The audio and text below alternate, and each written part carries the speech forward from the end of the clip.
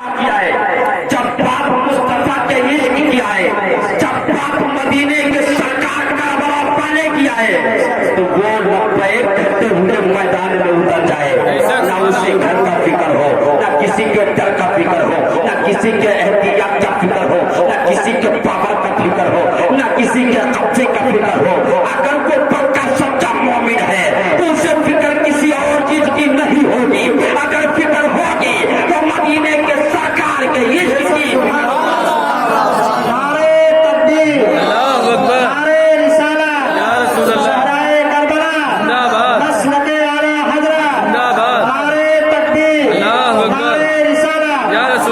अब थोड़ा सहन को हासिल कर लो। शायर लिखता है, जंजीर बोलती रही तर बोलता रहा। बेशक सुभान अल्लाह। जंजीर बोलती रही तर बोलता रहा, लौटे तो बिहारी का घर बोलता रहा। सुभान अल्लाह, बेशक सुभान अल्लाह। जंजीर बोलती रही तर बोलता रहा, लौटे तो बिहारी का घर बोलता रहा। हमें आए गए नबी जो सरे अर्श पार पार। सुभान अल्लाह, बेशक आए गए नबी को सरे अर्श पार पार। अब्बा सिदरा पे जिब्राइल का पर बोलता रहा। सुभान अल्लाह, बेशक और थर्रा गए गजीब के सब लश्करों सिपाह। थर्रा गए गजीब के सब लश्करों सिपाह। अरे नेज़े पर जब हुसैन का सर बोलता। अल्लाह अकबर, या रसूल अल्लाह, जिंदाबाद जिंदाबाद, अल्लाह अकबर, या रसूल अल्लाह। नेज़े पर जब हुसैन का सर बोलता रहा।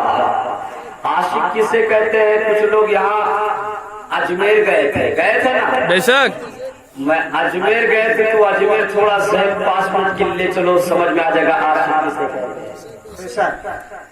अजमेर बहुत ज्यादा दिन से लोग जा रहे हैं। फतेहपुर सिकड़ी एक जगह बिहार की तरफ पड़ेगा, वहां जा चुका हूं। वहां एक बहुत ही अच्छे पीर रहते थे। मैं जो टॉपिक उठाया हूँ वो टॉपिक आज इसका नाम ही है इस्लाह। बेशक सुभान अल्लाह।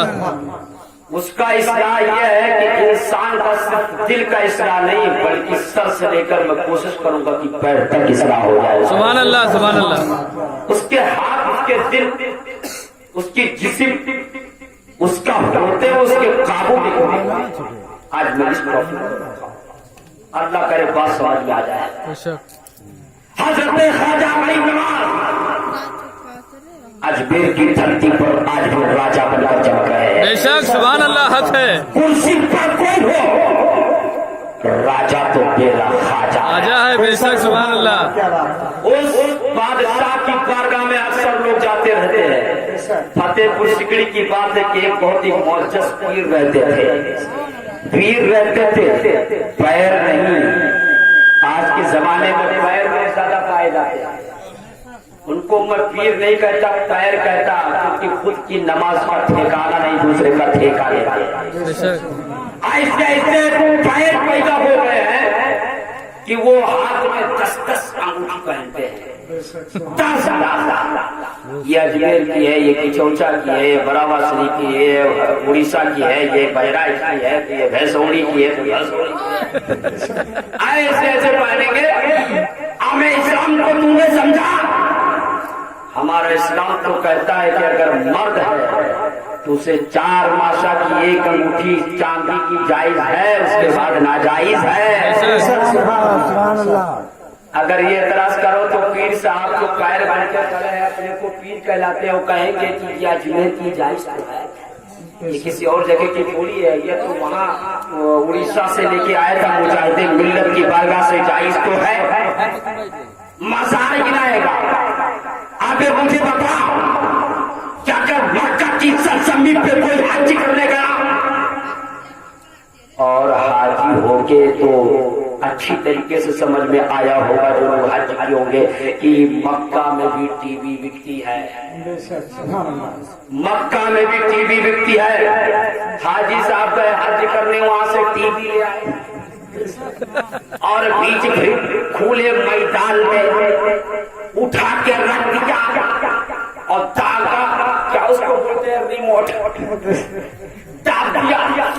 लोग देखने लगे। मौलाना साहब, इमाम साहब ने कहा, हाजी साहब आपको हाथ करके आ गया, ये क्या तमाशा है, ये टीवी दिखा रहे हैं। तो हाजी साहब कहने, घबराओ मत, एक काबा से लेके आया हूं, ये काबा से लेके आया हूं। तो क्या काबा से लेके आए तो टीवी देखना जायज हो गया? टीवी चाहे काबे की हो, टीवी चाहे मक्के की हो, टीवी चाहे मदीना की सरजमी की हो, चाहे वो बहराइच की सरजमी की हो, हराम तो है। ऐसे ही ऐसे पीओ को समझा दो कि अंगूठी एक पहनना जायज है, 2 महीने 3 महीने 4 महीने, तो चाहे वो बहराइच की हो, बेशक सुभान अल्लाह, अंगूठी की चर्चा की हो, चाहे वो अंगूठी करबला से लेके आए हो, चाहे वो मक्का की हो, हराम तो हराम। बेशक सुभान अल्लाह। और आजकल तो भेष चलता है, ऐसा ऐसा भेष चलता है कि role model international digital international, जिनको खुद की खबर नहीं हो रही है, तो उनके पास कोई पहुंच गया। देखो, इंसान के अंदर कमी का होता है, बेशक इंसान पर जुल्म कर रहा है, उसका जुल्म यह है, यह मैं दिल की बात बताने की कोशिश करूंगा, उसका जुल्म यह है कि अगर उसे थोड़ा सा बुखार हो तो डॉक्टर के पास तो बाद में जाएगा, पहले पीर साहब के पास जाएगा, इसको पीर मानता है। पीर साहब बुखार हो गया तो पीर साहब सोचेंगे अब इसको तो लूटना है ये, लेकिन अंदाजा लगा इसको लूटे कैसे, अमीर की करीब है। अगर ये अमीर है, अच्छा ठीक है, इसको फला ले आओ, ये तो देहात और घर पड़े बड़े बड़े अगर हो तो कहेंगे एक मुर्गा का चाहते हैं, मुर्गा के ऊपर मुर्गा।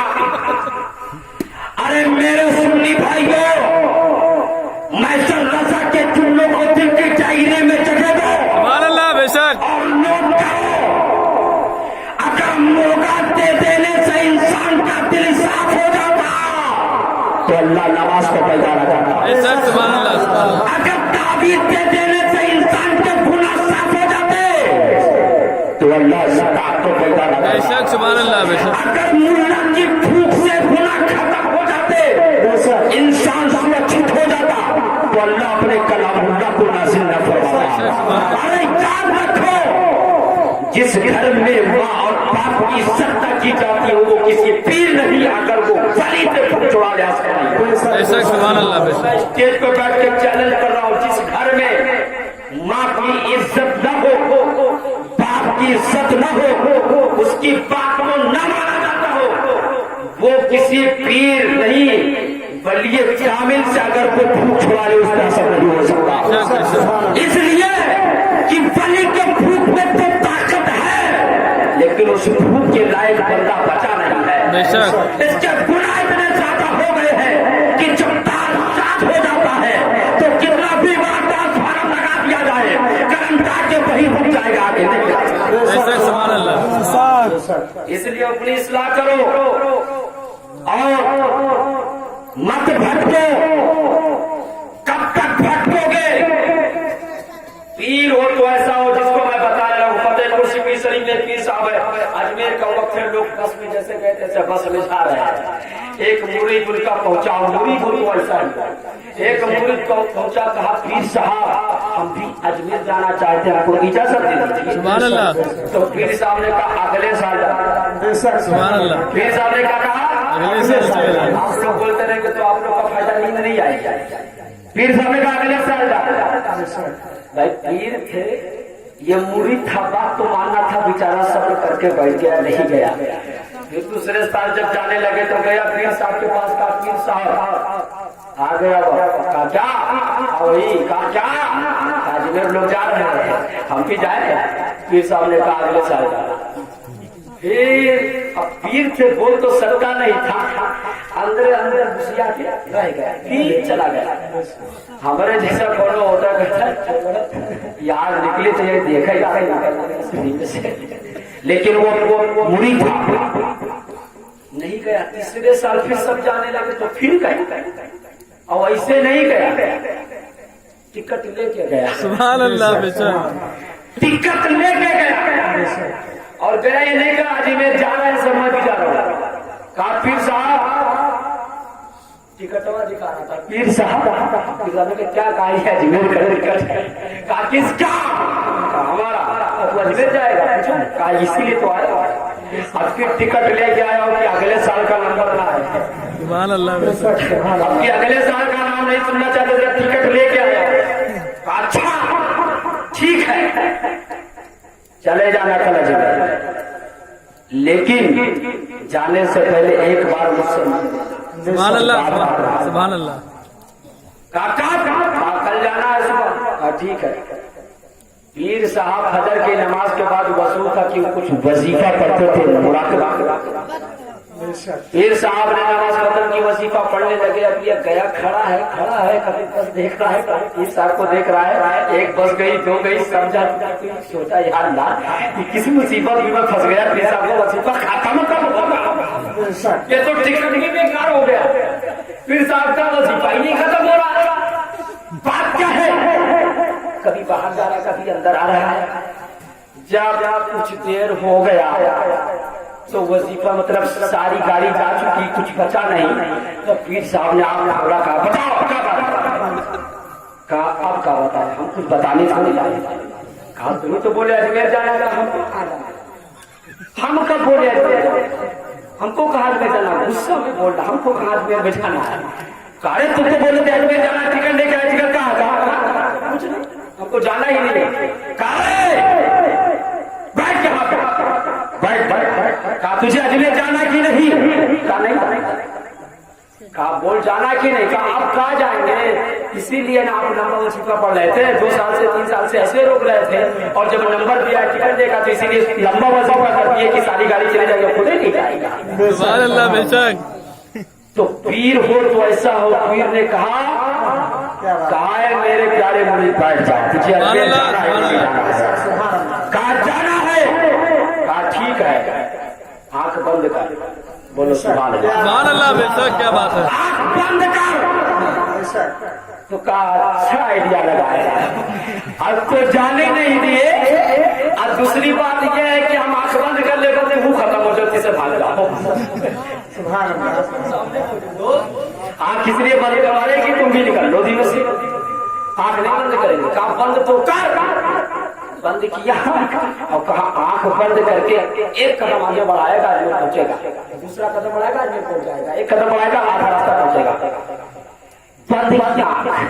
पीर ने कहा एक कदम आगे बढ़ा, खड़ा हुआ, और जैसे एक कदम बढ़ाया, पीर ने कहा था 2 बढ़ाना, तला खुला। एक कदम बढ़ाया, डर से सोचा कहीं भाग गया, फिर तो पीर साहब ने कहा क्या हुआ? आपको बहुत डर लग रहा है, आप तो बचे हैं, और मैं सोचता हूँ कि आप ही का सहारा लेकर किसी तरीके से पहुंच जाऊँ। गाड़ी तो जा चुकी, कहीं आप भाग गए तो मैं कहाँ जाऊंगा? तो पीर साहब ने कहा बंद करा, और बंद करने के बाद एक कदम बढ़ा और दूसरा कदम बढ़ा, फिर आपको खोल देना। पीर के हैसियत के मुताबिक, पीर के वसीयत के मुताबिक, पीर के बात के मुताबिक मुरीद खड़ा होता है, आपको बंद करता है। बंद करने के बाद भी एक कदम को आगे बढ़ाता है, उसके बाद जब दूसरा कदम बढ़ाता है, पीर के कान की आवाज आती है, क्या है मुरीद आपको खोल दे, तारीफ गवाह है, फतेहपुर सिकरी का पीर है कि वाकई में हकीकत में पीर हो तो ऐसा हो। जब वो मुरीद आपको खोलता है तो फतेहपुर सिकरी में नहीं रहता है, बल्कि जब आप खोलता है तो खाजा का दरबार। सुभान अल्लाह, सुभान अल्लाह, सुभान अल्लाह, सुभान अल्लाह, सुभान अल्लाह। खाजा के दरबार का दीदार कर रहा है। आप उसकी भूली की भूली रह गए, हैरत में पड़ गया, सोचने लगा कि या अल्लाह ये क्या हो गया। खुश हो गया का बहुत बस वाले कूद रहे थे, बहुत आगे आगे जा रहे थे। लो पहले पहुंचा है, बस वाले तो पड़े होंगे न जाने कहा, बस वाले न जाने कहा होंगे। तुम खुश टहल रहा है, खूब टहल रहा है। अच्छा, पीर साहब ने इसको एक वसीयत की थी कि आंख जब खोलना वहाँ तो जो पर्चा मैं तुम्हें दे रहा हूँ, एक फला पेड़ के पास जाना, इस पर्चा को एक बुजुर्ग बैठा उसे दे देना। सुभान अल्लाह, सुभान अल्लाह। ये तो कहा पहुंचा दिए तो ठीक किए, लेकिन फंसाए खूब अच्छे से। ये पर्चा लेकर पूरे अजमेर में कहाँ मैं जाऊँ, बाबा को कहा ढूंढूं, शुरू किया पेड़ ढूंढना। एक पेड़ के पास देखा, सफेद दाढ़ी में, सफेद लिबास में, सादा सादा बैठे थे। आपके पैरों की तरह अंगूठी ज्यादा नहीं कही, तो ये सोचा हो ना हो यही हो सकते हैं। सुभान अल्लाह, बेशक। गया, ना बोला ना कुछ, सलाम किया। सलाम करने के बाद पर्चा को जमा दिया, और जब पर्चा दे दिया, पर्चा वो लेते हैं और खोलते हैं, पढ़ते हैं। पढ़ने के बाद में एक पर्चा वो भी लिखते हैं और उसको थमा देते हैं, कहते ठीक है, क्या करूंगा। कहा जहाँ से पर्चा लाया था ये भी मेरा पर्चा उनके पास पहुंचा दे। सुभान अल्लाह, पर्चा ले लिया, टहल रहा है, तब तक जो लोग आ रहे थे बस से वो भी आ गया। कहा बहुत आगे आगे आ रहे थे, ये देखो मैं आया। तो कहा आया भाई तू कैसे, तू तो छूट गया था, इश्क वाली गाड़ी से आया। सुभान अल्लाह, बेशक, सुभान अल्लाह। कहा इश्क की गाड़ी से आया हूँ। कहा अच्छा, सब मजाक में ले लिए। कहा ये इश्क की गाड़ी से आया है। अरे भाई कौन सी गाड़ी चलने लगी अजमेर में। कहा तुम्हें नहीं मालूम मैं आया, एक कदम आंख को बंद करके बढ़ाया, दूसरा कदम बढ़ाया, आपको खोला तो अजमेर में काय पड़े। ऐसा भी होता है कि आपको बंद करो तो अजमेर पहुंच जाओ। आप मुझे नहीं समझ में आएगा मैं इश्क की गाड़ी से आया हूँ। तो फिर लोगों ने कहा तू इश्क की गाड़ी से आया है तो इश्क की गाड़ी से जाएगा भी। सुभान अल्लाह, बेशक। अगर इश्क की गाड़ी से आया है तो इश्क की गाड़ी से जाने का तैयारी में बना ले, उसी से जाना। इस बस में जगह नहीं है, आप ही है। सोचा यार वहां से तो पीर साहब ने इश्क की गाड़ी से भेज दिया। आंखों को बंद करो, कदम को बढ़ाओ और आपको खोलना तो अजमेर में। सोचने लगा यार पर्चा तो दे दिया, पर्चा ले लिया, अब मैं यहाँ से कैसे आंखों को बंद किया, बाहर दूसरा देखा वही खड़ा, मजबूर। सोचा यार ये कोई इश्क की गाड़ी थी कि उधर से भेजे तो चला। सुभान अल्लाह, बेशक। उधर से पीर भेजे तो चला आया, इधर से मैं जाऊं तो ना जा सकूं। पता चला, बात समझ में आ गई कि जो पीर की ताकत होती है मुरीद में रहती, बेशक। इसलिए पीर होता है। खबर आ गया है, कहा जाऊं कैसे। बस वाले से गया, कहा भाई मेरे को काम नहीं इसमें, लेकिन इश्क वाली गाड़ी से जाओ। ये फिर इधर उधर ढूंढा। कहा अच्छा जो पर्चा दिया था बाबा को, चलो ढूंढते हैं, चलो उन्हीं से हल मसला निकालते हैं। गया बाबा के पास। बाबा मैंने कहा बाबा एक बात है। कहा कौन सी बात अटक गई। हमारी तुम्हारी बात इतनी ही थी, पर्चा लेना था देना था बस। जॉब ले रहा। कहा नहीं एक बात है, फंस गया। क्या हुआ। उधर से तो इश्क की गाड़ी से आया था, एक कदम बोले बढ़ाओ, दूसरा कदम बढ़ाओ, हाथ खोलो, अजमेर पहुंच तो गया। अब यहाँ से मैं जाऊँ कैसे। ऐसी बात है, अगर ऐसी बात है तो तू भी यहाँ पे आंख बंद कर। आंख को बंद किया, फिर निकाल कदम को आगे बढ़ा। आगे बढ़ाने से पहले खोल के कि कहीं निकल जाए इधर उधर। तो मेरे पीठ से रोज देखता था, इनको पहली बार देखो वहीं सड़क नहीं तो काम खत्म। पीछे से आप खोला तो डाटा का यकीन नहीं तुझको मेरे पर। अरे जिस पीर ने तुझे भेजा है भैया चालू करो।